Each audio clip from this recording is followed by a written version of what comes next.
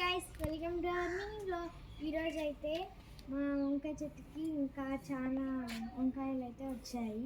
ఇది part 2 video. చూడండి వంకాయలు.